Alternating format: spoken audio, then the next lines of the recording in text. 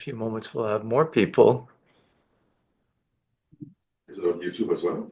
It's going on YouTube right now. Amen. Everybody. 50,000 subscribers, Rabbi. Maybe 50,000 are going to listen in now, we think? Hopefully, with time. Yeah, with time. So, folks, okay. Let's.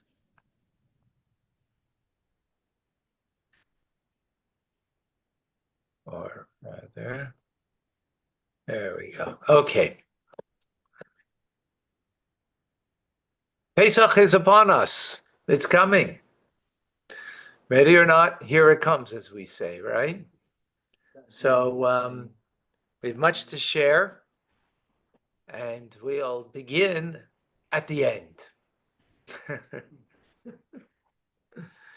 You know, some of us are like, when you get a novel, you look at the end to see what the ending is, right? I do that. Oh, well, since you're here, Laurie, that's why we're doing this too. I'm going to tell you the end, and then we'll come back to the beginning. All right. What's at the end?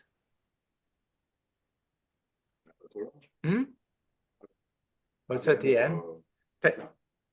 By the Pesach Seder, as we call it here, Seder night in Canada, right? We're free. One of the last things that we do is right? Lashana Haba Yerushalayim, right? Before that, one of the last things that we do is we pour the fifth cup for Elijah the prophet. Right, very good. Excellent. It's called Kois She'Eliyahu. And we leave it on the table there. Chabad custom is, the custom is we don't drink from it. And we're going to discuss that, right? Also, we sing while we pour. And then at the end, we pour it back into the canister of wine, and we sing Keliata. Keliata ve'yodekom Elaika yarai memeka Keliata ve'yodekom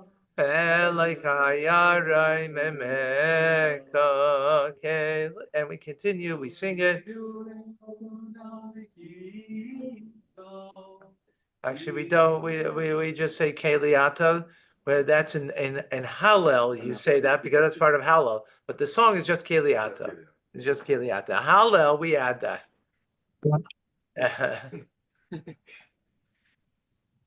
Okay. In any case,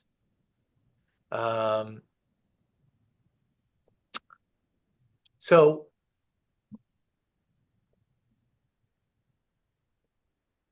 we know that the biblical law for that night is to eat matzah.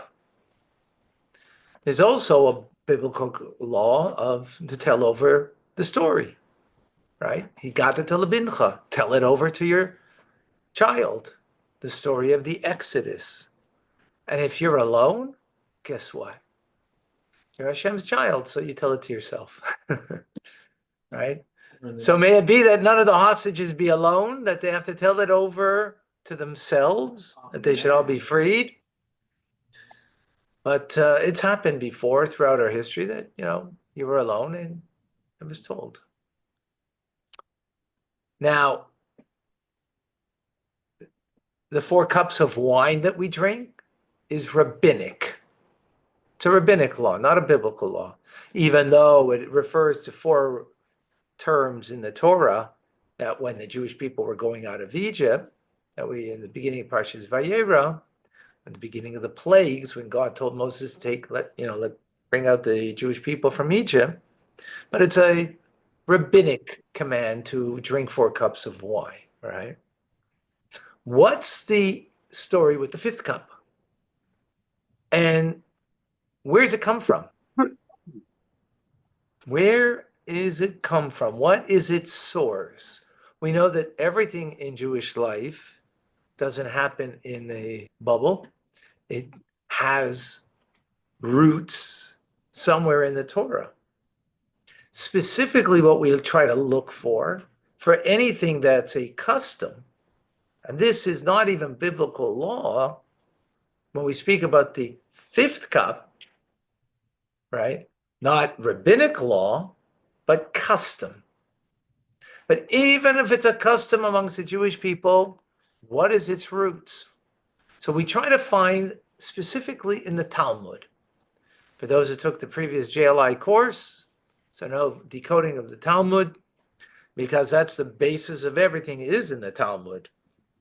So when we have an understanding there, and then we have a basis of where things come from, what the root of something is.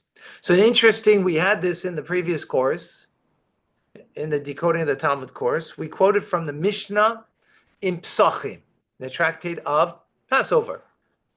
And it says there, even the most destitute Jew should not be provided with less than 4 cups of wine, even if they are being supplied by the public food bank. So Jews have always taken care of fellow Jews. And as a matter of fact, we have an obligation to take care of non-Jews too. But of course, for Jews, we have a particular responsibility. And that responsibility includes a holiday comes. You have to make sure that they can celebrate it properly. So you have to make sure that 4 cups of wine are provided. Now, Talmud elaborates on the obligation of the 4 cups of wine, and it says that the sages instituted drinking 4 cups of wine in a manner of freedom, which means reclining on your left side. When you eat your matzah, when you drink 4 cups of wine, you have to recline on your left side. That's a sign of freedom. That's the way kings of yore used to. They used to lie on beds. You probably remember seeing maybe movies. That the kings would lie on like a couch bed. And that the food would be just put into their mouths. So-called living the good life, right? It's a sign of freedom, and everything that we do in Jewish life, it has to be brought down in the physical reality. So here we want to express the freedom. So we recline, right? So the first cup of wine, we drink it for Kiddush, right? For sanctifying the day. Second cup is over the story of the Haggadah. We have the second cup. The third cup is for Birkat HaMazon, for benching, grace after meals. The fourth cup of wine is for Hallel, praising God after the third cup. Welcome.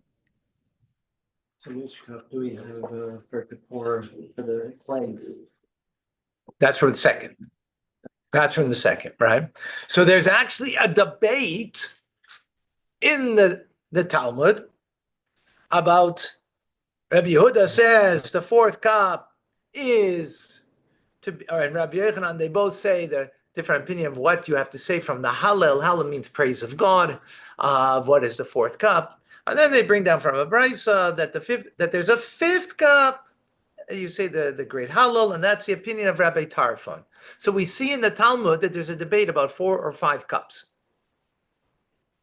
So that's going to be our basis for the fifth cup, the cup of Eliyahu Hanavi. Okay?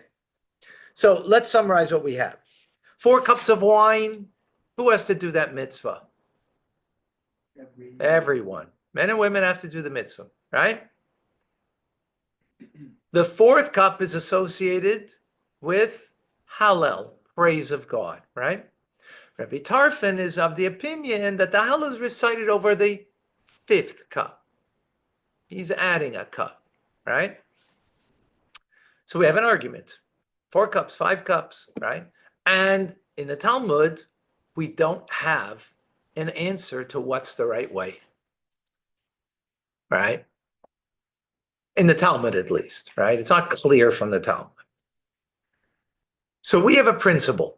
if you have two opinions in the Talmud, and the Talmud did not come to a conclusion of which is the appropriate opinion, so we try to incorporate both, right? We try to incorporate both. However, we have a problem here. Because in Jewish law, so in other words, what would that mean if incorporating both? That means that, well, have a fifth cup, right? Just to keep the opinion of Rabbi Tarfon, and drink that cup. But we have a problem. Jewish law tells us that, after having the fourth cup, you're not allowed to drink anything more except for some water. Chaim. Rabbinic or Law, it doesn't matter. Rabbinic law. It's law. Doesn't matter. It's law. It's rabbinic law. It's not biblical law because the whole thing's not biblical. Right? The 4 cups of wine is not biblical. Right? But that's, it's a halacha. That's what's important. The halacha is that you can't drink after the 4th cup. So, like, obviously, then we're not taking into consideration the 5th cup, right? Or could we take it into consideration? How? we can't, but we just don't drink. Exactly. Pour it, but don't drink it. Exactly. That's taking in consideration the 5th cup that the Mishnah speaks about, right?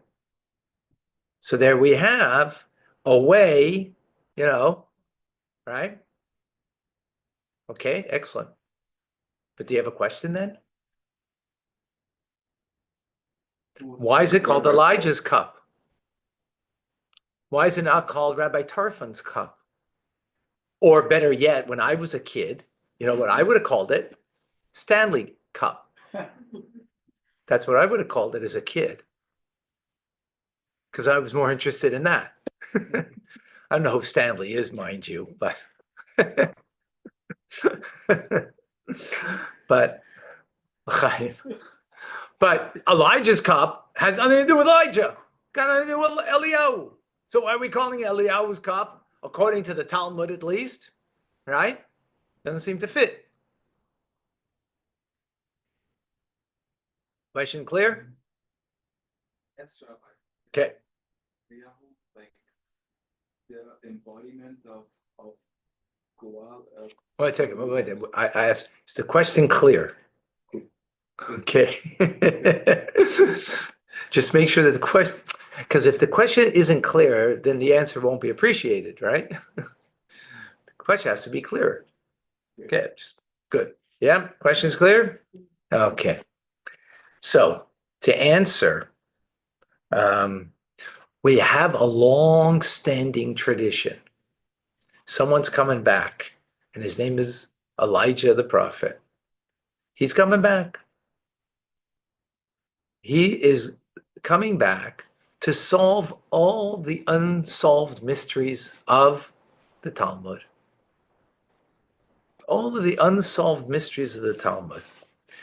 The Talmud actually said, when the Talmud has a discussion and they have a debate about something and there isn't clarity, the Talmud says, Teiku. Teiku is Aramaic for means it will stand. It's going to stand. In other words, it's going to stand here, put, until Elijah the prophet comes, before Mashiach comes, and brings clarification to the issue at hand. Okay? Another explanation of the word Teiku is that it's an acronym for the word Tishbi. Do you know what Tishbi stands for? This place of birth. Excellent. Eliyahu ha Tishbi. Eliyahu from Tishbi. That's where he came from, exactly. So Tishbi Yitaretz Kushyot Ba'abayot. Tishbi, meaning referring to Eliyahu, will come to answer. Yitaretz means to answer all of the kashot, all the questions the questions that we have, and all the hardships and questions that we have in the Talmud. So with that, that's how we can explain the 5th cup and why we don't drink it, and why we call it Elijah's cup, right? This is why it's called Elijah's cup, because we're pouring it, because we have a question about it. Then he needs to answer. And we're pouring it that he should come and answer it. Right? Can't let Alice in. Thank you. Okay. L'chaim.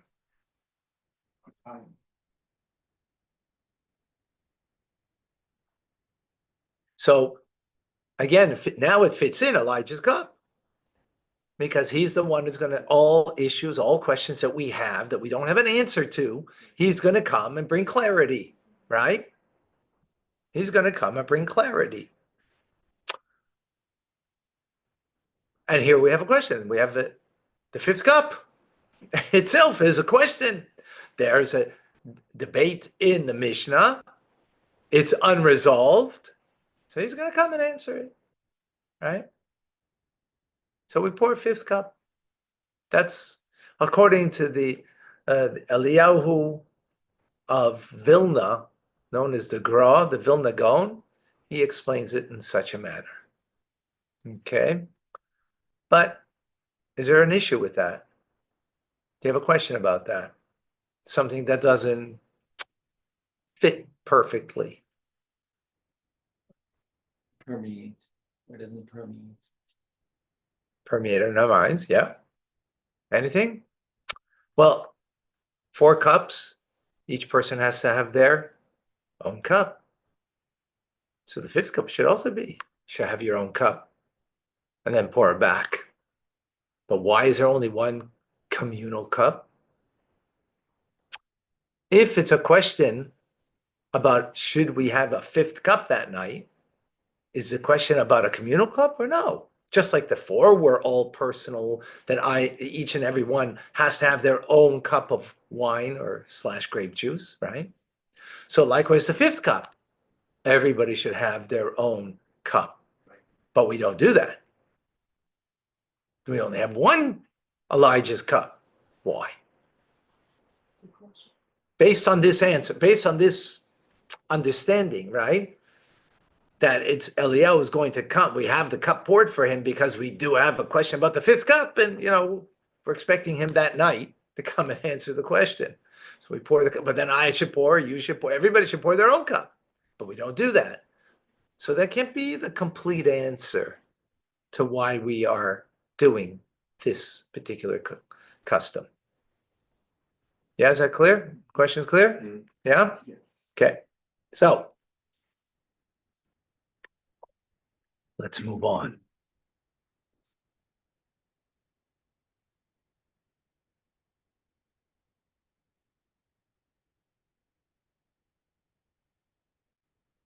Let's understand a little more about Eliyahu and what is he here to, what is he, what did he do? What is he coming to ultimately do? And then we'll have a better appreciation about this fifth cup, right? And why he's coming. So he lived in the 8th century before the Common Era.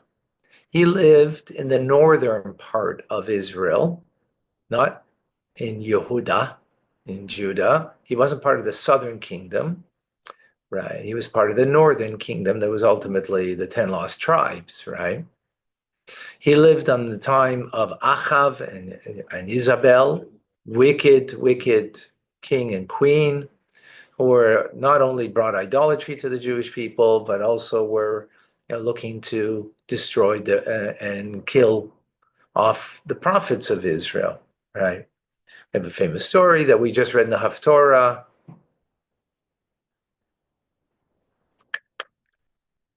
We just read it like my gosh. Like 2 weeks ago, we just read it. Just read it in the Haftorah. I just spoke about it. It was 2 weeks ago. In any case, he's the master of the supernatural, right? In life and even afterlife. As he went up straight to heaven, we don't know has no burial place down here, right? What else do we know about him after his passing? He's supposed to be like a forerunner of Mashiach. Right? Well, he comes to every bris, every circumcision. As a matter of fact, we have a special chair for him called Kisei Shel Eliyahu, right? The chair of Elijah. And that's where the Sandik sits, right? Holding the baby who's getting circumcised. Because Eliyahu Navi is coming to the circumcision. He's there, right? He's there. We also leave the door open for him during Pesach. Right? You know, you hold Right. the candle, Right? the Right? kids go to the temple. But primarily what Eliyahu, his role since his passing, even though he comes to the bris, right? But his primary role is actually, like you mentioned, to herald the coming of Mashiach, You know, right? He is, as Malachi, the final prophet in the Torah says, closes his prophecy and says, Hine anechi shaleach lachem. Behold, I am sending to you et Eliyahu Hanavi, the prophet Elijah, Eliyahu, Lifnei boy Yom Hashem, before the day of God's coming. What is God's coming? Means the Messianic era, times of Mashiach, where God's presence will be very obvious and clear, so much so that there won't be any wars, there won't be greed, there won't be any lack of needs. Everybody will have what they need, and the world will be engaged in in goodness, in connecting to God. Right? That's what will be. But he is the one who is going to herald that great day, right? He is the one who will bring that great day, Eliyahu Navi. Right?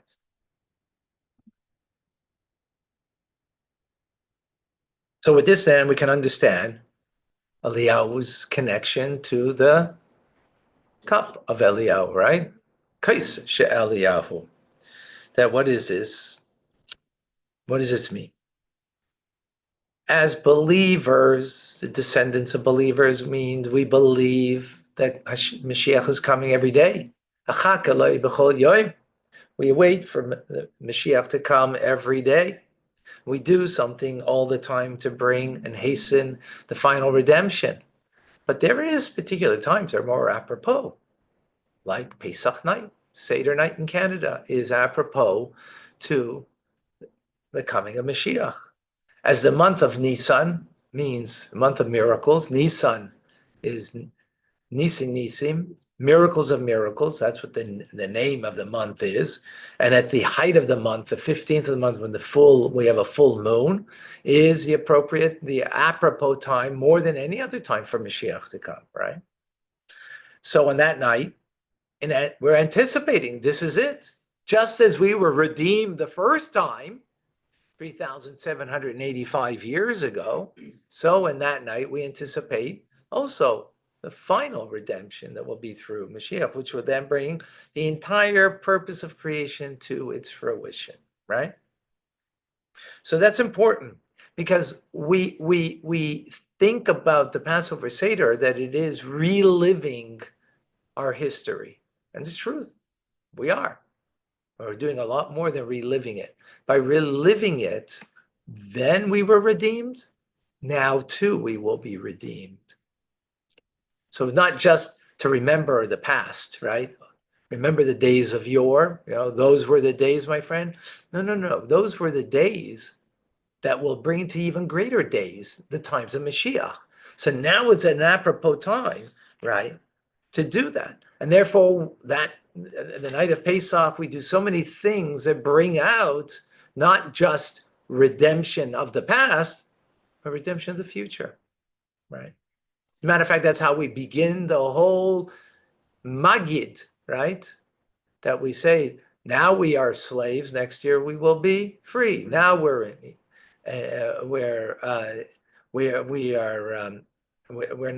not in our land, in the land of freedom, meaning of times of Mashiach, and we'll be in our land, right? So the cup of Eliyahu should also be seen as that, because what do we say with it? Ultimately, the Shana Haba Yerushalayim, right? We have Yerushalayim right now. It's not the Yerushalayim we're looking for. That's not the Yerushalayim that God's talking about.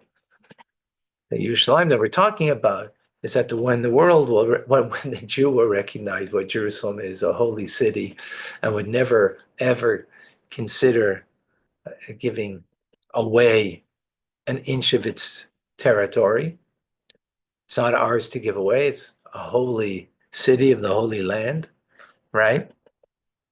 So we do many things at night. And one of the things, like you mentioned before, we go to the door, we open up the door to allow Eliyahu to come in. And as a matter of fact, we even leave the door unlocked.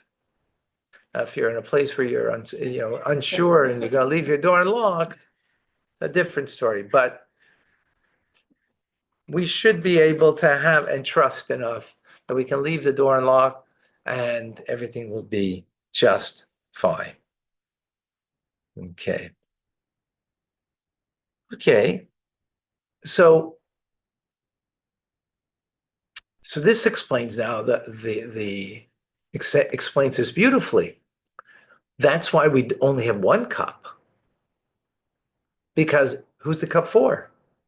It's not for me. Should I drink a fifth cup? It's for Elijah. We're anticipating his coming. We're opening the door for him to come. Not figuratively, really. That's what we're doing. So it's for him the cup, so we only need one. We only need one.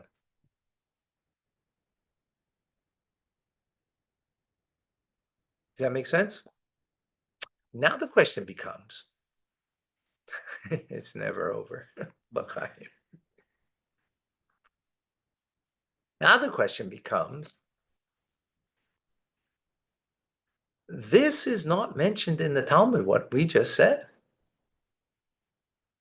Not only it's not mentioned in the Talmud, the earliest writings that we have that the Kos of Eliyahu is for the anticipation for Eliyahu to herald the coming of Mashiach, and that is for him, right? It's for him.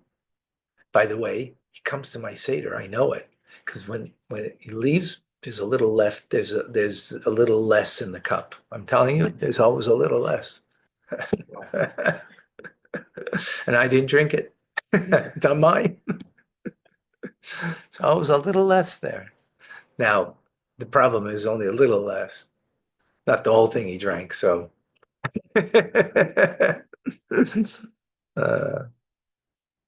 so the question then is, if this is such a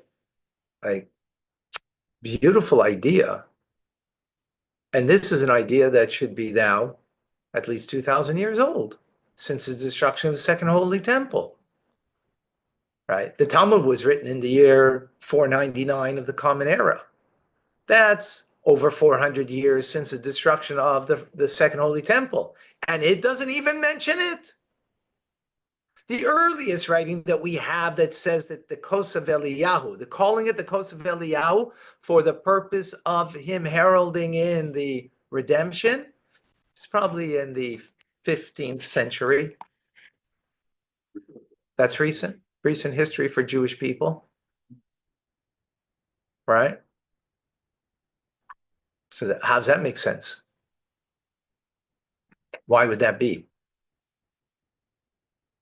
And the truth is, we don't find it in Sephardic writings, only much later. That's in Ashkenazic writings, in Eastern Europe, Central Europe.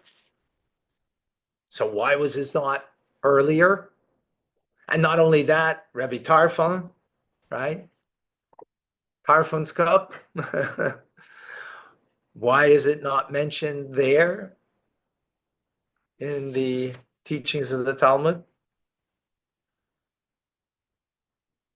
And to add to the question, we know as we move forward in history, we are not greater people, but lesser people than our predecessors. As the Talmud characterizes and says, in the Gemara Shabbos it says, that if the early generations, you would characterize them as angels, then we're human. But if the earlier generations, you want to characterize them as human, then we're donkeys. No? All right. Okay. Okay to be a donkey. Giants, they don't have midgets on top of Well, that's it. giants. But it's okay. It's okay. It's good to know who you are, to be a donkey. I don't think you're such a donkey like Hanina ben Dosia had a donkey and it was stolen from his yard, but his donkey knew how to find its way back. Or like Pinchas ben Yair had a donkey and it was so spiritually sensitive that someone wanted to give him food to eat and it wasn't tithed. Refused to eat it, the donkey. I mean, of us would do that. It'd be so sensitive, right? We're not that sensitive, Even as humans. even as donkeys. No, they're human. We're donkeys. If they're angels, then we're human. Different for humans. They're not humans. Yeah. Right? Right? Meaning to say, with generation to generation, we're further from Sinai, we're further from the truth, we're more removed from the truth. I've told the story before, but recently was the yard site of Rabbi Yaakov Kamenetsky. Once had lunch with him, actually, the great Rosh Hashiva, great Torah scholar. And so he's sitting on the plane, and he had a grandson who was a few rows away and would come over to him all the time to see how he is and to converse with him. And next to this Rabbi Kamenetsky, was an elderly Jewish man who wasn't particularly observant. And he says to him, I'm amazed. I have grandchildren, and they're not really so interested in me. Why are your kids so interested? Why is your grandson so interested in you? And truly, like once. So he said, well, it's very simple. I'm 2 generations closer to Sinai, so I'm 2 generations closer to the truth. So he wants to have a handle on the truth. So he's connecting himself to me, who he feels has more of a connection to the truth. But if you believe that you come from the apes, then you're 2 generations closer to the ape, and your son wants to move away from the apes, and therefore it doesn't want to have to do with you. That's Western culture, right? That's where you come from. So of course, what do I want to have to do with you? You're more ape-like than I am, and so, right. So, but what begs the question over here is this whole idea that the 5th cup, Elijah's cup, is specifically to herald in for Elijah that he will come and herald in the coming of Mashiach, then why is this a recent tradition, the last 500 years only? And specifically that we're on a lower level spiritually, where do we come up with this? How could we even come up with this, right? How do we understand that, right? So firstly is like this. As the world gets darker,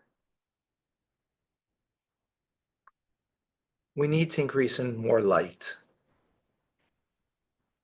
So you see the sages throughout history who were the Moses of the generation, they would always bring more, something new that wasn't there before. Like Hasidic teachings, like the Tanya. The Tanya didn't exist 1,000 years ago. How come? So there's actually was a question that was asked to the previous Lubavitcher Rebbe when he was in Vienna in a hotel once, and religious Jews who were not Hasidic asked him, "What's with, we follow the Talmud. What's with Hasidic teachings that are innovative, new, that weren't there before? Where's this coming from?" So he was in a lobby with a very high ceiling, and he asked him, "Do you see the beautiful artwork on the top of the ceiling?" And he said, "Yeah." Then there was a lamp there, so he took the lamp and said, "Do you see it better now?" He says, "Yes." Didn't know where he's going with that. So he said, "This is what Hasidic teachings is doing. As the world gets darker, so you can't see the truth of Torah as clearly.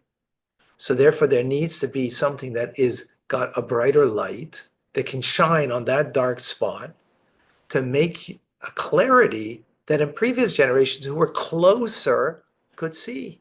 But the further away you are, the harder it is to see the truth and the beauty of the teachings. So that's what Hasidic teachings, the Tanya, the Alter Rebbe came, Shem Tov, the Alter Rebbe, and all the Rebbeim, is to bring more light because the world is darker and it needs a new light in order to maintain and to give us the capacity to move forward, and that the world should move forward. So that's one reason. Darker, you need more light, right? On a deeper level, it's not because the world is darker, but we're moving towards greater light. We may be darker now, but we're moving to the greater light of Mashiach. So this is a sampling, a taste of what the light will be like when Mashiach comes, these teachings. And therefore necessary to learn these teachings in order to bring about the light that will come in the times of Mashiach. So that the threshold that you pass over, pun intended, is not such a great threshold. From dark to the light of God that's so clear, right? In the world out there, pretty dark place. Imagine Mashiach comes today, what a threshold to pass. But now that we have the light of the teachings of a foretaste of what it's going to be in times of Mashiach, we have it today in the teachings of Tanya, the teachings of the Rebbe, all the Rebbeim.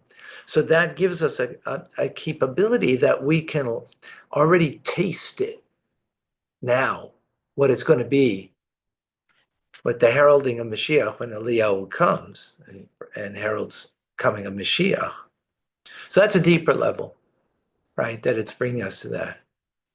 And therefore, now is the time for having the cup of Elijah. We need it now more than ever.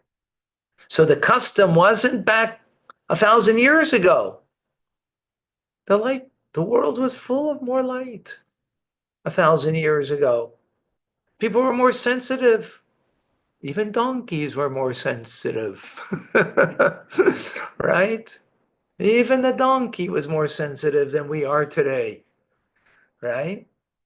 So, huh? That's atheists also. Yeah. Yeah.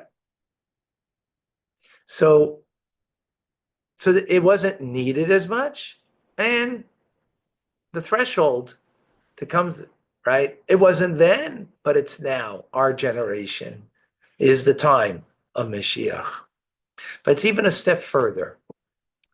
It's even a step further, even though we may not even be comparable to the donkey of the donkey of who was it? The donkey of, oh my gosh, whose donkey was it? Hanina ben Doisa or Pinchas ben Yair, right? Their donkeys were more sensitive than us, right? So what are we exactly? You know who we are? We're the ones who are going to bring the final redemption. How could that be? How could that be? So it's one thing to say that the world is darker, oh, we need something more. That's fine. We get that. And therefore we have Elijah's cup today, which 1,000 years ago, they didn't have the fifth cup. It was not part of the practice of a Seder to have Eliyahu's case. It wasn't. Again, 500, Again, in the Talmud it wasn't, because otherwise the Talmud would have spoken about it. It spoke about fifth cup, but it didn't speak about it in this dimension, right? So the world needs it now. We need it. So therefore, we have something more to bring about, demonstratively. And by the Seder, we have the case of Eliyahu. But that's about the times. And that is, but how about us? That even though we might be lesser and less sensitive and not such holy people, we're not so sensitive to spirituality. But you know what? There's something that we have that's very unique. We have, because we don't have much, what we do have is sincerity. What we do have is simplicity in a positive way, right? The person who's very learned and very knowledgeable and very self-aware of that sometimes can get caught up in their own self-awareness because they have what to be caught up with. They're extremely learned and astute, right? But we have simplicity. We're the metaphor, right, is that's used by the Baal Shem Tov is you're coming into the royal palace of the king. If you are a very dignified, refined individual, right, you come into the royal palace of the king, you appreciate every single painting that he has on the wall. You know who the artist is. You know the year that they did it. You know the whole history of it because you're a refined connoisseur of art, right? And then you go through the various chambers of the palace. Every room has exquisite splendor, and you know all about that. You're caught up with that. Amazing, right? That's a refined person. You know what the problem with that person? He never made it to the king. Comes a simpleton who knows nothing about the splendor. He goes straight to the king's throne and is there in front of the king. King, I'm here, I'm yours. That's a metaphor to understand that back in the day, people were sensitive to godliness. They could sense godliness so palpably and real, just as the connoisseur of the art, they were a connoisseur of the world. God's presence was real to them, right? So, and whatever was an experience of life, something beautiful. But it was only about God's imprint on creation, but it wasn't God himself. And they get caught up. So the one who's the master Talmudic scholar, the Kabbalist, and so on, is so sensitive and so aware, never quite made it to the king. We're not sensitive at all. We're not. I don't mean this I mean this in a spiritual way, that we're not sensitive, right? Comparatively speaking. But that insensitivity actually gives us a sincerity. We go straight to the king. We go straight to do what we got to do. God, this is what you need from me. I can't say I feel it. It's not vibrating on my bones, and I sense the mission in every, intellectually, emotionally, but I'm given over. Whatever it is, I'm yours. And you make it right in front of the king. That is something that we have that the previous generations might have been lacking, right? We're the foot soldier, ready to do whatever. We'll go into fire. We'll go into hail. Whatever it takes, we'll do the mitzvah. Not because I'm spiritually sensitive to the mitzvah, not because my heart is completely enraptured with it. No, it's not. We're not there. But I'm totally yours. right there in front of the king. Simple devotion. That's our virtue. That's who we are, and that's what we got. That the previous generations didn't have because of their greatness. So we are like midgets, but we might be midgets, but we're on the shoulders of giants. That's who we are. We're on the shoulders of giants. What does it mean we're on their shoulders? Because everything that they have and that they were wasn't dispersed with. It's not gone. Mitzvah is God's will. It's one with God. When a mitzvah is done by a person, what happens to it? Tanya, we're learning right now. Elevates. Eternally. It elevates and is eternal. Sin isn't eternal. Evil is not eternal. Right? It's not. But goodness, a mitzvah is. So that means the mitzvahs that were done by the previous generations, they're not gone. They're here. They're part of the makeup of the world, the DNA of the world. Now, not the world that you see on the news, right? That's why don't watch the news, right? Only news is the news that's fit to print, right? What? Yeah. Okay. Yeah. So we are in a generation of midgets on the shoulders of giants because everything they accomplish is still here in the spiritual realm of the world, right? And the little bit that we have to add maybe being not simple, but that in that simplicity gives us a capacity to finish the job and to bring the final redemption. So that's why precisely in our time, that we're not sophisticated, right? But we have that sincerity and that simplicity that we are the foot soldiers of God Almighty, foot soldiers of the Rebbe to bring the final redemption. And guess what? We're going to do it. There's no question. This is not a what if. This is not maybe. No. The whole purpose of creation is only for this. The whole purpose of creation is that we have a personal relationship with God, that we find God in our lives, but not just in our lives individually, but the entire world, that every corner of the world has a connection to God. That's Mashiach. And without that, we didn't do what we got to do.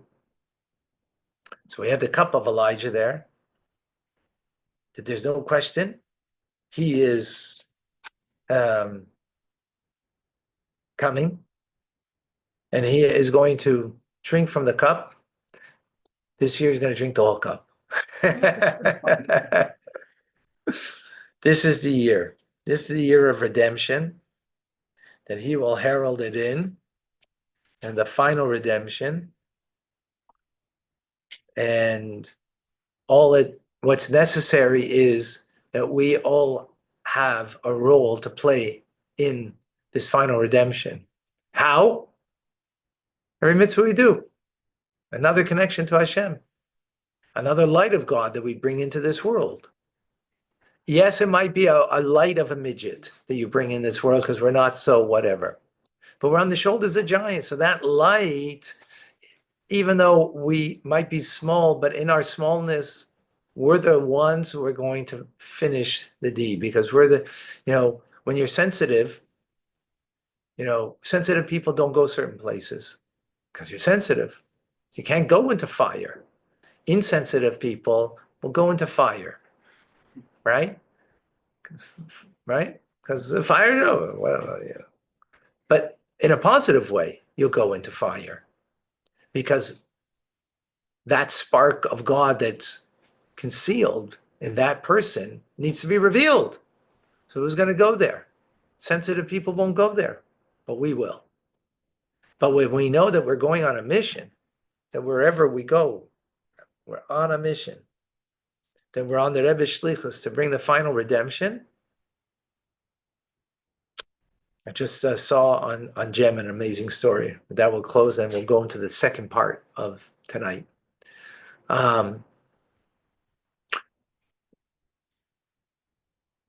In the 60s, somewhere in the 60s, I think it was, or maybe early 70s, I'm not certain. Anyway, Herman Wouk, anybody heard of him? He just passed away like 2-3 years ago at 102 or 103. So a famous writer in America. He was actually an Orthodox Jew, but he was a well-known writer. So he was speaking for Chabad in Minnesota, and after the speech, he had his own plane. I don't know if it was his own. I don't know whose plane it was, but he had a private plane, and he flew back. So Rabbi Feller said, "Can I fly back with you?" Well, he was going to New York, where he lives. So I'll go to the Rebbe, right? So he flew back with him that night. Came to 770, 2 o'clock in the morning. Rabbi Chadikov was still there. The Rebbe was still there. So he wrote a note to him about the success of the evening that with Herman Wouk spoke, and that he flew back with him, and he's giving, a whole write-up of what happened, right? So he gave it to Rabbi Chadikov, the Rebbe's chief secretary, gave to him, and he came back 10 seconds later. The Rebbe wants to see you right now. For a chassid, that's like, whoa. That's going into the Holy of Holies, that's going into the king's where the king is sitting on the throne, right? Totally unprepared. But that's who we are, not so prepared, but so as he comes in, the Rebbe asks him, "So what did you talk about on the plane?" He didn't care about anything else. What did you talk about on the plane? That's all he asked. So he says, told the Rebbe, so in the story that he tells, he told it, I'm telling you out of order the way he tells the story. When he was on the plane, he was thinking to himself, he's with, I think he was a Pulitzer Prize winner or so. I don't know. He's a big thing. This, This Is My God. He wrote the book, This Is My God. And many others. And anyways, so he's thinking to himself, what an opportunity he can interview him and so he has a pen and paper to interview him. Then he thinks to himself, wait a second, I'm a shliach of the Rebbe. I'm an emissary of the Rebbe. Can I interview him? Let me share something with him. Let me share some of the teachings of the Rebbe. So he had a siddur with him. He opened up the siddur and it was before Pesach. It was like 2 weeks before Pesach. And in the siddur, there was a Haggadah. So you go, you know what? Just came out then, the Rebbe's annotation on the Haggadah. So he shared with him many of the thoughts of the Rebbe's teachings. And he's, but initially he's thinking, oh, he's going to interview him, right? And then he realized, oh, I'm an emissary of the Rebbe. I'm here for a purpose, not just in Minnesota, wherever I go. I have a purpose to fulfill. So you know what? Let me learn with him. Let me study with him and the Rebbe's teachings. So now the Rebbe asked him, he didn't care about anything else. How much money he made that evening? What did the guest speaker speak to the audience about? How many mitzvahs came out of that? What did you talk about? What? Was hat geretzich? What did you speak about? Now, here you have an opportunity with a great person, like, sensitive, the donkey of the, right? A sensitive donkey. What'd you speak about? He said, oh, he was so happy he was able to give pleasure to the Rebbe because he spoke about words of Torah with him. Right? He spoke words of Torah and the Rebbe's teachings. So that's the lesson for us. Wherever we go, we know that we might be simple, but we have to share with others with a mitzvah, whether it's words of Torah, putting on tefillin with another Jew, saying a blessing with another Jew, or sharing something of Yiddishkeit with another. That's the job we're here to bring the final redemption. And no doubt, Elijah the prophet will be there this year to herald in the final redemption. L'chaim, l'chaim. I know. Okay, so that's this. Now we got to go and learn some important details about the holiday. Okay, and make sure that we're all prepared for the holiday properly. Okay, we're good, everybody. Yeah. All right. Amazing. So, first of all, we all need to clean our homes for Pesach and make sure the chametz is put away. Now, it's not spring cleaning. In other words, it's not washing the walls and, because chametz, usually don't have chametz on the wall. What we care about is that anything that's leavened should not be, in your drawer. Like you might have a candy bar in a drawer. Accident, you keep there, you keep a stash, right? Away from the kids, right? Or away from whoever. Or late at night, when you get hungry. So that stash has to be put away. Right? So we have to clean. We have to put away. Now you're allowed to keep chametz in your home, but you're not allowed to own it. So it needs to be sold. We have papers here. Actually, afterwards, I'll bring papers so you can sell your chametz, and it'll be sold to a non-Jew for the duration of Pesach. It belongs to the non-Jew. So if the non-Jew knocks on your door and he says, I want your box of Cheerios, he'll give you a good price for it. You'll get a good price.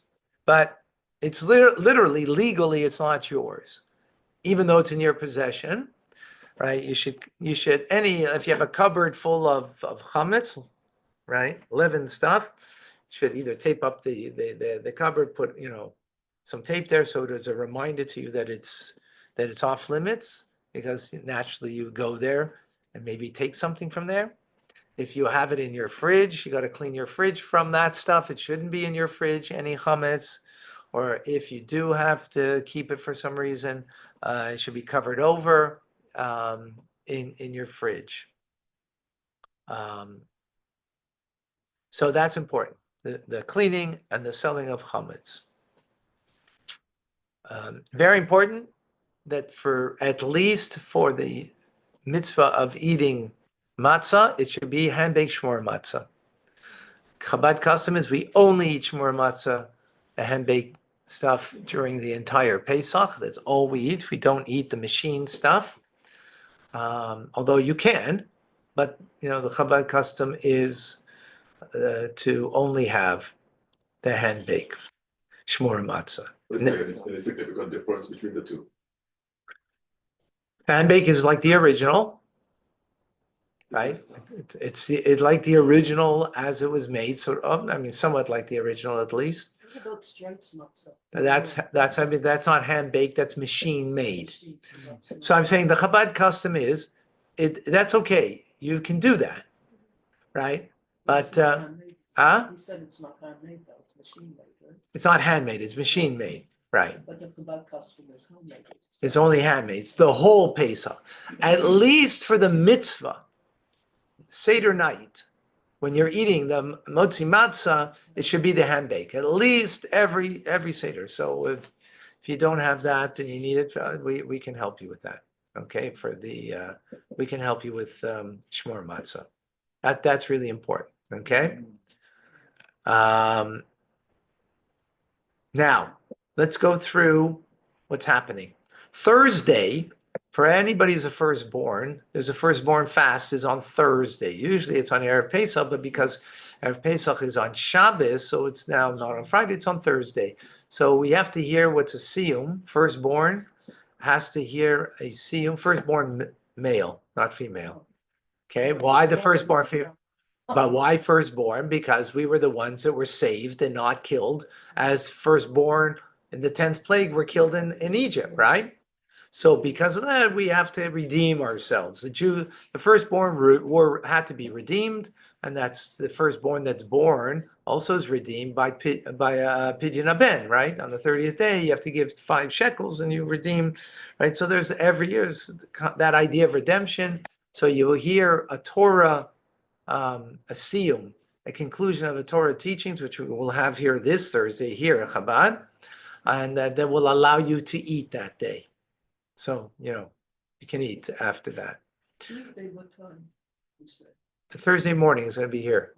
Here services are starting 8 o'clock instead of 7:30. Usually it's 7:30, but Thursday, 8 o'clock. We're going to have a baby naming them also.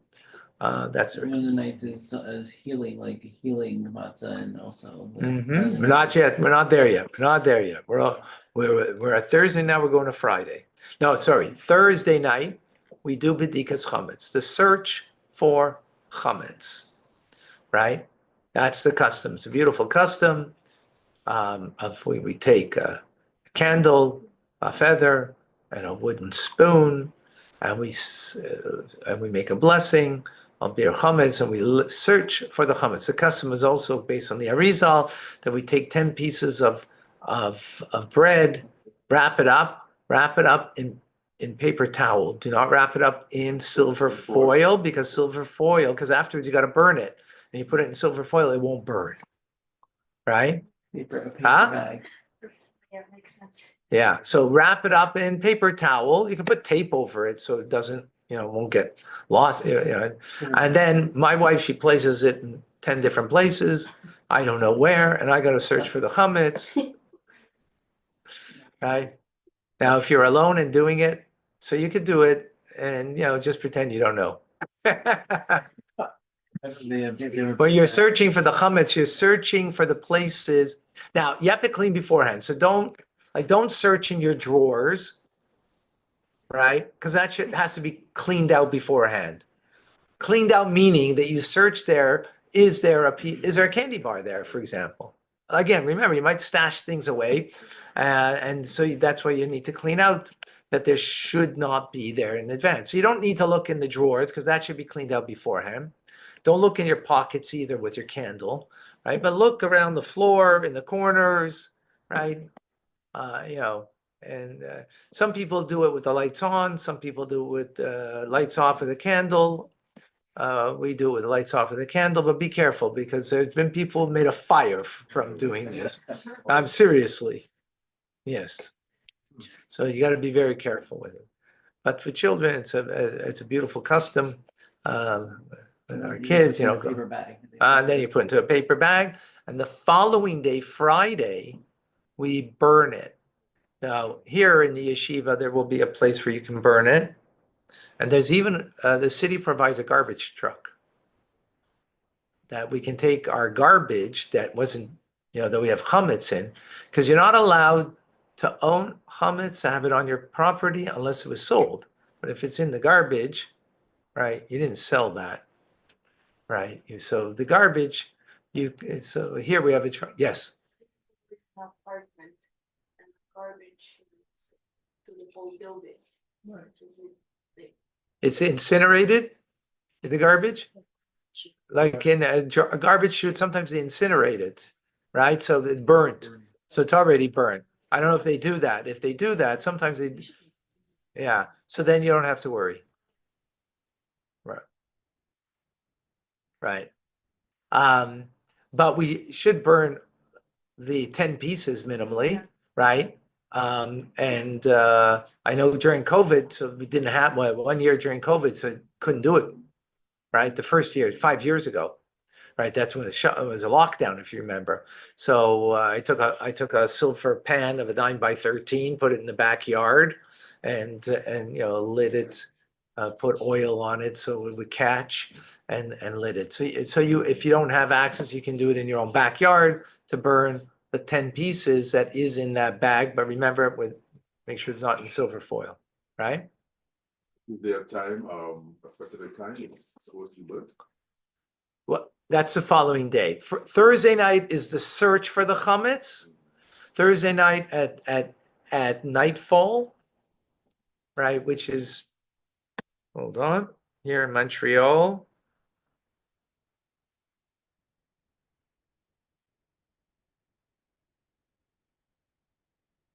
It'll be around around 8 o'clock. 8 o'clock Thursday night. So the search begins. That's when the search begins, right? You wrap it up in the bag and put it aside, and then the following day by I think it's 11:30, 11:33, thank you, is when it needs to be burnt, right? Before 11:30, by 11:30 being burnt. It may continue the burning after that, but put it in to be burnt by that time. On or before. Yeah. I mean, you could do it an hour earlier also, On or whatever, before. huh? On Yeah. or before. Yes. So in yeshiva, there'll be the opportunity to do that. So you can do that. Also garbage, if the garbage truck is there also for that. Now, this here's a little complicated because we still have another day. It's Shabbos, and Shabbos is only the eve of Pesach, right? It's not Pesach. So we have a little problem. You burnt your chametz. What's the problem? But on Shabbos, You have it's to- a mitzvah to eat a suda, to eat a festive meal on Shabbos. It means washing and making a motzi. So what's the problem? You can't eat matzah. Because matzah, you have to wait for the suda to eat matzah. Sfardim have a custom that they eat matzah ashira, which means egg matzah, for example, that they eat that. But Chabad custom is not. Ashkenazi custom is not. And therefore, you're not allowed to eat matzah. So you can't make a motzi except on bread. And it's a mitzvah on Shabbos to hear Kiddush and make a motzi. Right? That's why we're making a meal here Friday night. Right? So that way you don't have to have in your home bread because you already sold it Friday by noontime. It's already sold, right? It's all sold except for the bread that you're going to eat on Shabbos that you're going to keep, right? Got it? That's why we're having it also. Okay, so Friday night, we're going to have a meal here or wherever you have a meal, right? You have to have a minimum amount of hamotzi. So we're going to use pita because pita doesn't make crumbs the same way. We're not going to use regular challah, but pita. And we're going to eat it and then put it on. Any crumbs left will go into the toilet. No, toilet has to be flushed because at this point you can't have, right? If it's big pieces of pita, so then whatever, it's a whole halachic thing. I'm not going to go into the details of the nuance in Jewish law, but whatever, we'll go into the nuance of it. But any crumbs will go into the. And if you're left over with pita, well, don't worry, we're going to take care of it here. But if you have it and yourself and you're not going to be here, so then actually the halacha will be different because there's different ways different rabbis deal with this. One of the ways. Anyways, whatever you have left over, make it in less than a slice of bread, and it has to be flushed. Okay? So make sure you have a minimal amount, enough to do the mitzvah, right? It has to be one slice. It has to be like half a pita that you eat for the mitzvah of hamotzi, half a pita, right? Okay. So if it's 2 people, so you can have a whole pita. If you're 5 people, make the calculation like that. But But the problem is, of course, we have two meals. This is the Friday night meal, and you also have Shabbos day, which we'll get to in a minute. So Friday night, what you're going to do is eat. But now, whatever you're eating that hamotzi, you have to clean up from it before you can continue your eating. You know why? Because everything else you're going to eat after that has to be kosher for Passover. You can't eat chametz stuff and use your chametz things. It's Shabbos after, because what are you going to do with it afterwards? You're not going to wash it afterwards. You're not going to clean it afterwards, right? So all the food you're going to eat has to be kosher for Passover, except for the pita that you're eating. So you clean off the pita. If it's on a plastic, take away that plastic. Don't eat on the same plastic now afterwards, because you want to get rid of all of that. Then you eat your meal, right? Shabbos morning, we have the same issue. The same issue with Shabbos morning. But the problem is Shabbos morning is already the eve of Pesach. And you can only eat chametz until 10:13 or 10:12. 10:12 Shabbos morning. 10:12. So that means you have to first daven though.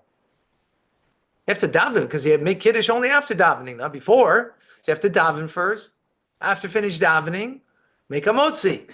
And again, eat afterwards, Passover food. So we're going to daven here 7:15, Shabbos morning, 7:15, right? In order that we can finish by 9:30, then make kiddush, have the pita again to fulfill the mitzvah of eating a Shabbos meal, take away the pita, the crumbs again, down the toilet, right? And then have a meal.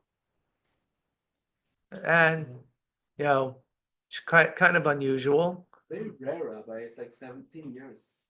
No, we had it during COVID also. We had it in 2021. 2021 was the last time. So it's not yeah. But you're right. It's not it's a rare thing. The next one is going to be in a dozen years or something like that. 20 years. 20 years? In 20 years from now. So this is an experience, folks. This is an experience, right? So again, Shabbos day also, you have to wake up early. Now, that's all. The men for sure have to do that. The women, if they can come that early, and at least come for Kiddush. At least come for Kiddush. You can do the mitzvah, and after that, during the day you eat whatever. Can't eat matzah during that day. Again, and so on. Is that clear? Everything from then on must be kosher for Pesach. Already coming into Shabbos, everything has to be kosher for Pesach. Everything has to be kosher for Pesach, because Shabbos, you can't deal with it except for the pita. That those crumbs you could throw away in the toilet. Remember, right? You can't put it into the garbage, right? Because chametz is not only that you can't eat it, you can't own it. That's why you sell it, right? That's why you sell it, that you shouldn't own it. Right? That's clear? The Kiddush will be around 9:30 a.m. Yeah. Yeah, most people are not here for davening, let alone for Kiddush. Huh? Yes. Yeah, let alone. To Pesach, right? Huh? Havdalah goes to Pesach, right? Make Havdalah by Kiddush, and by the Kiddush, yeah. Yeah, Kiddush. Yeah. Rabbi, flushing the remaining pita. I'm sorry, but is it any connection with flushing down your nail clippings or no? No, not at all. Two separate things. Not at all. One has got to do because of the of Tuma, and one's got to because chametz is unique in that one particle of chametz in a million particles of matzah is chametz.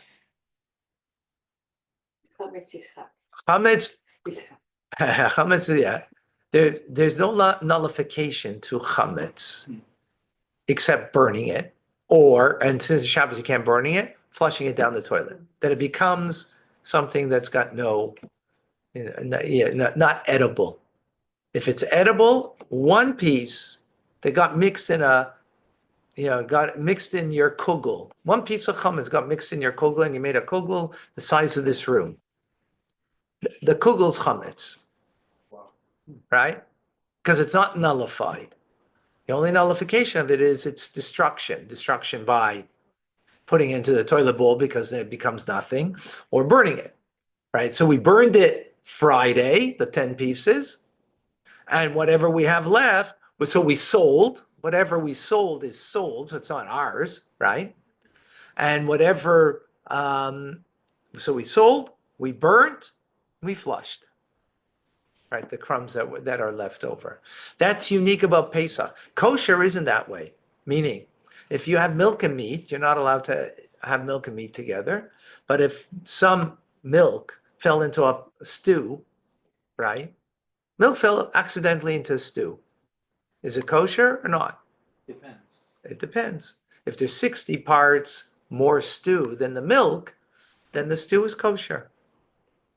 Because it nullifies, it's insignificant, the amount of milk that fell into the stew. Now, you're not allowed to do that, but if it didn't happen, right, it becomes nullified. But that stew with a little bit of chametz, the whole stew is chametz. The whole stew is chametz. So we're a little crazy when it comes to chametz, but that's okay. It's only because Jews are crazy we're here today. If we were normal, guess who we would be? We would have been the Egyptians, the Greeks, the Romans, the Byzantines, and we wouldn't be here today. Jews are crazy about kebabs also.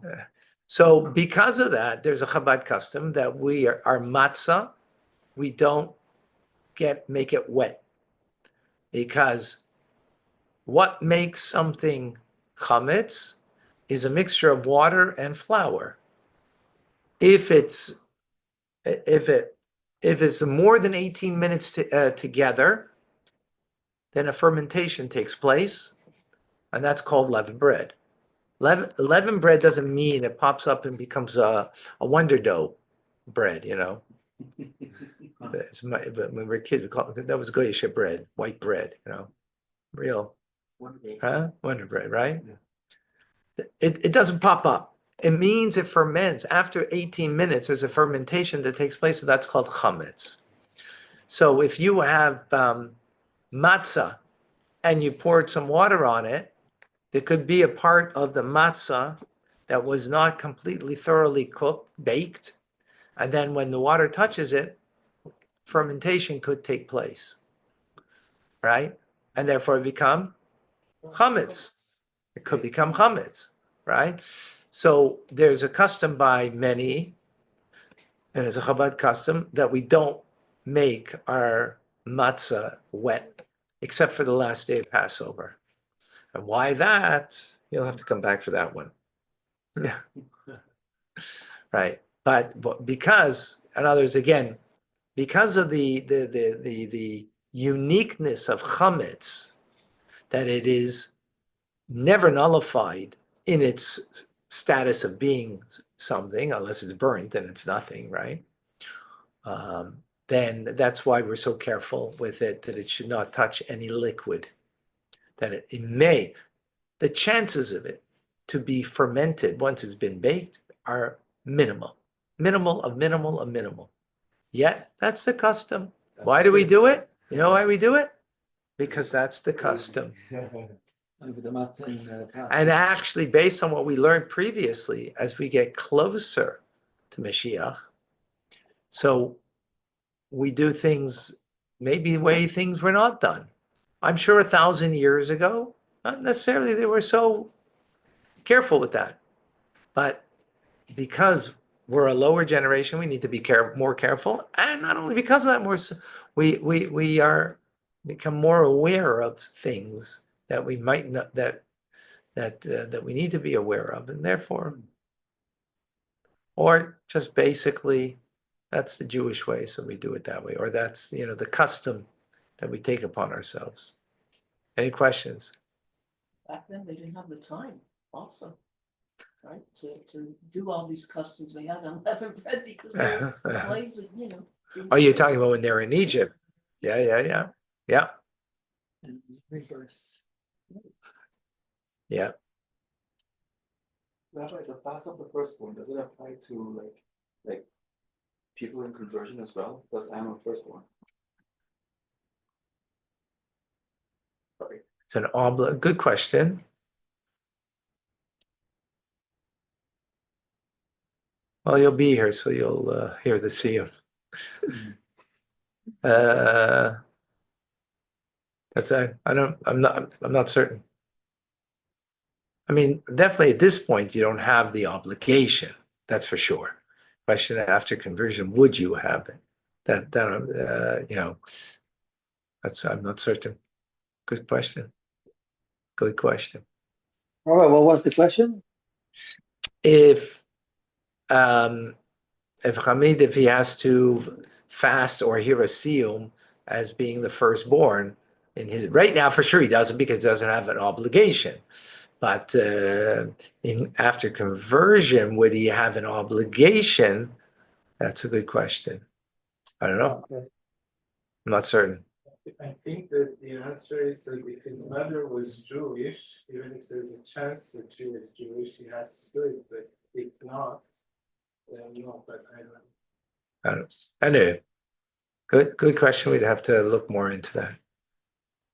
But I mean, there's always an easy solution to it. You'll come for davening and hear the siyum, and it won't be an issue. I'm trying to think what other important mitzvahs there are that we need to be aware of. The most important thing is to make sure, a lot of seders, they start early because of children. Children, here, the earliest you should start the seder is like 8 o'clock in Montreal. So a lot of people, they have little kids. Little kids, 8 o'clock, it's too late already. They're in bed. So they make the seder when it's light out, 6 o'clock already. So sometimes you have to do it for children is one thing, but the mitzvahs that you need to fulfill can only be done after nightfall. So actually, my boys went to Russia, all of them, to make seders, public seders for Russians in Russia, Ukraine, and whatnot. And there's also such a problem. You're going to make the seder very late, so they would start it before it was nightfall. And they would do certain things that are not an obligation. They would tell some of the Haggadah, and they would eat some food, eat the fish course, not a mitzvah, right? But then when it was nightfall, so it would make sure that the 4 cups were drank then, and that the matzah was eaten then, the maror and everything that was done after when that nightfall. So if anybody's making a seder that they're going to, first of all, try to make it only when it starts at the right time. But if you can't, because of where you're going, make sure that the matzah, the 4 cups, and telling the story, the main part of the story. You can even do part of the story beforehand that's how my kids did it. They told some of the story beforehand, but the main parts they left for after nightfall. So that way you do the mitzvahs properly. So that's an important thing. So don't forget, sell the chametz. We went through the order of everything needs to be done. Cleaning up at the house, of course. And matzah, shmura matzah, very important. Everybody have shmura matzah to fulfill the mitzvah properly. And if someone doesn't have a seder place to go, please let me know. Someone needs shmura matzah, please let me know. And whatever else that we can help with. Any questions? This isn't directly related to the sin itself, but the Chabad custom for cooking is to not use too many spices during the Passover, during the holiday itself, in Chag. So basically, it's So because of because of the sort of the chametz issue, right? So for example, we don't eat rice, Ashkenazim. We don't eat rice. Why? Because in Ashkenazi places, rice and chametz were always sold together, and there became an issue of it being, coming together, and there was always more of an issue of the rice because of that. So in some Sephardic places, they don't have that custom, right? But so, there's different customs for different places. And within that, even, right, spices. So for example, we don't use, except for oil, matzah, which is whatever, wine, we don't use anything that is not from raw materials. There's nothing that it was, pre something. So we will not buy kosher we won't. You could. You could buy kosher for Passover stuff, right? We won't do anything like that. We'll make it all fresh. And even on Passover, we peel our fruit, for example, and vegetables. Peel it, Some people right? actually have a custom of making the honey liquid. Honey, we don't have making it liquid. sugar, making the sugar. So that we make the sugar liquid. Why peeling? Because of chametz. Because of chametz on the peel. Because the fruit is out there. Remember, there's something you're eating, right? Because since it's something you're eating. So this is crazy stuff. But that's, in Chabad, there's different customs that people do. So we don't use spices. Sometimes I've had some kids who made spices from fresh stuff. Right. But even my wife makes potato salad. So she makes the mayonnaise out of it. She creates the mayonnaise, right? Because we won't buy kosher for Passover mayonnaise. You could do it. Don't do what I'm doing, okay? Don't do what I'm doing. We only use chicken fat. Yes, that's right. Some people, we also used to use only chicken fat. We wouldn't use even oil, whatever. But yeah, some people only use chicken fat for cooking with rather than oil to cook with, right? Right, because that is something that's been produced somewhere. And if it's produced somewhere, there can be a question about it. Again, it's crazy. But choose your craziness. It's crazy. It's crazy. But what's important is, and this is really important, don't make people crazy because you're doing things extreme. If you do something extreme, do it without do it selfless. If you're not doing it selfless, then it becomes, you're holier than thou, and that's not good. It's a holier than thou kind of thing, then better not to do it. The extreme, I mean, obviously not going to eat chametz, I'm not talking about that, talking about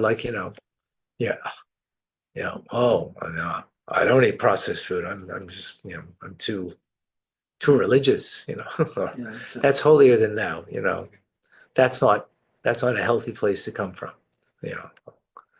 But if that's the custom that you do. That's what you do. Okay, you do it that way. Fine. You eat this processed food? Isn't they? Whatever it is, right? Others just, So I picked up things because that's the way I did things when I was a yeshiva student. So that's the way we do it. So for example, if a knife falls on the floor, we won't use that knife a whole Passover. Other people will. You could just wash it off. So it doesn't make sense. That's right, it doesn't make sense. It doesn't make sense that we're talking here tonight. It doesn't. It doesn't make sense that the Jewish people still are here to observe Passover. It doesn't make sense. That's right.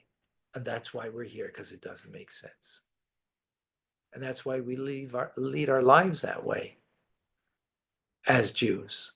Not because it makes sense, because that's the Jewish way. That's the way I do it. That's why I was taught by my mother, or that's why I was taught by my rabbi. That's why I was taught by, whatever it is. And so I'm following an unbroken chain all the way back.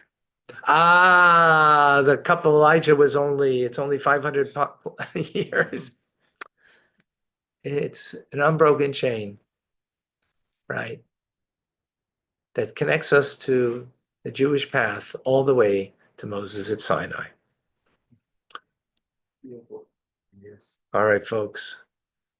But Yeah. I checked on the internet. Yeah. They say it's better Me and my for a friend did that. convert to do the fast So that we should do because a non-Jew in Egypt was dying. Right, So because of that danger is the point. right. You should do it.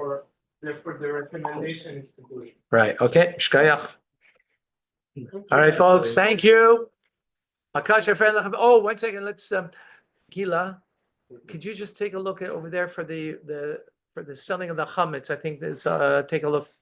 I'm just bringing it here for everybody, okay? All right, folks, if you have any questions, whatever.